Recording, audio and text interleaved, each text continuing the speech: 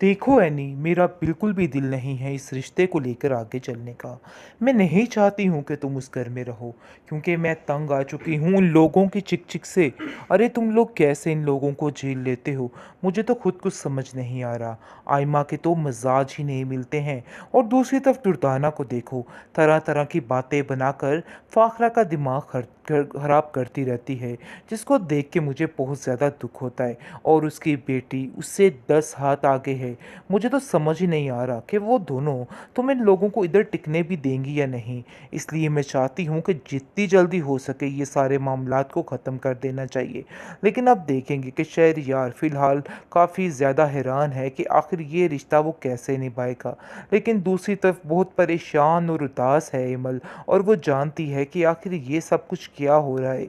वो आइमा को एक पल नहीं देख सकती, एक आँख उसको नहीं भाती, जिसकी वजह से उसको देख-देख के वो काफ़ी परेशान हो जाती है और सोचती है कि आखिर मैं क्या करूँ? मुझे तो खुद कुछ समझ नहीं आ रहा। आखिर इस लड़की को कब तक झेलना पड़ेगा और कब तक ये सारे मामलात रहेंगे? वो इस परेशानी में है, लेकिन वो कहती है कि मुझे थोड़ा सब्र से काम लेना होगा, और दूसरी तरफ उसको काफ़ी ज़्यादा शर्मिंदगी है कि जो कुछ उसने अपनी बहन के साथ किया, इस फ़ाखरा के कहने पे, इस बात का उसको काफ़ी ज़्यादा दुःख है। और वो सोचती है कि मैं अब इन लोगों से हार नहीं मानूँगी, बल्कि मैं अब बड़े तरीके के साथ सारी बात को लेके चलूँगी और सब कुछ ठीक करूँगी। लेकिन वो ये नहीं जानती कि हकीकत क्या है। जब हकीकत पता चलेगी तो वो उल्टा एनी पर ही चिल्लाएगी और उसको कहेगी कि तुम ही ये सब कुछ करने वाली हो। इन लोगों के सामने ज़लील सिर्फ़ और सिर्फ़ तुमने मुझे किया है, इसके अलावा और किसी ने भी नहीं किया है। यानी कि आप देखेंगे कि बुरे तरीके से परेशान हो जाएगी। खैर अभी दुर्दाना आयमा को समझा रही है कि तुम्हें सारी बातों को बड़ी चालाकी के साथ हैंडल करना है। उन्हें जो कुछ किया सरासर गलत किया है, इसलिए उन्हें इस चीज़ पर शर्मिंदगी होगी।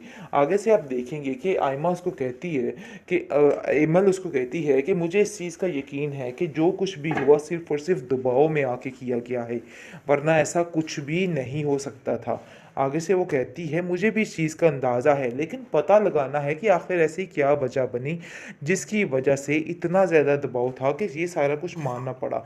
दूसरी दफ़ा आप देखेंगे कि फ़ाखरा की सारी स्टोरी जब बताई जाती है आयमा के बाप को, एमल के बाप को, तो वो काफ़ी हैरान होता है और कहता है कि आखिर ऐसा कैसे हो सकता है? इतना सब कुछ हो गया और आप लोगों ने मुझे बताना भी गवारा नहीं किया।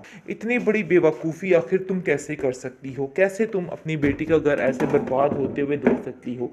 जिस पर आप देखेंगे कि वो उसको कहती है कि मैंने इन सब चीज़ों को रोकने की काफ़ी ज़्यादा कोशिश की है, लेकिन ऐसा कुछ भी नहीं हुआ।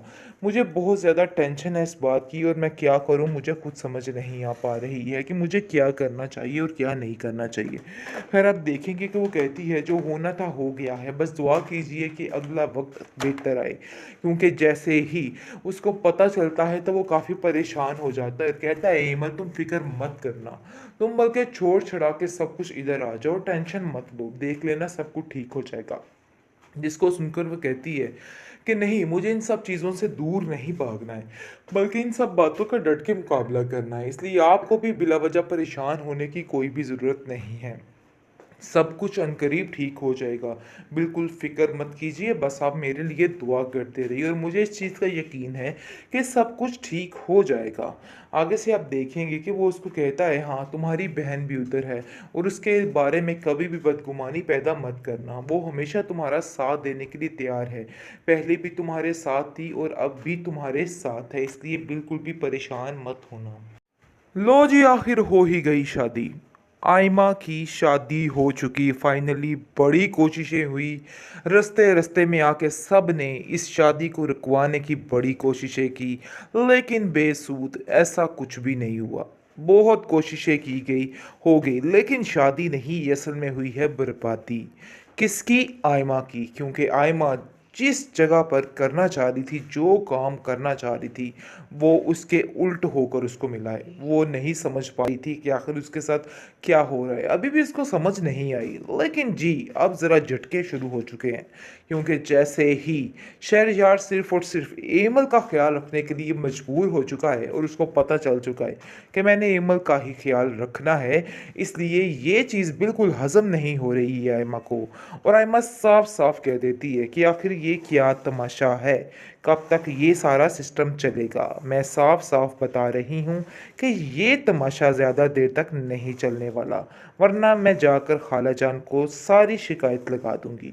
यानी कि असल मकसद उसका है शिकायत लगाना। वो शिकायतें लगाना ही चाहती है और यही जानती है कि शिकायतें लगा के किस तरह से खालाजान को अपनी मुट्ठी में करना है। खैर आहिस्ता-आहिस्ता खालाजान को भी इस बात का इल्म हो जाएगा कि आखिर क्या करना चाह रही है आइमा और क्या किस बेस पर आई है इधर।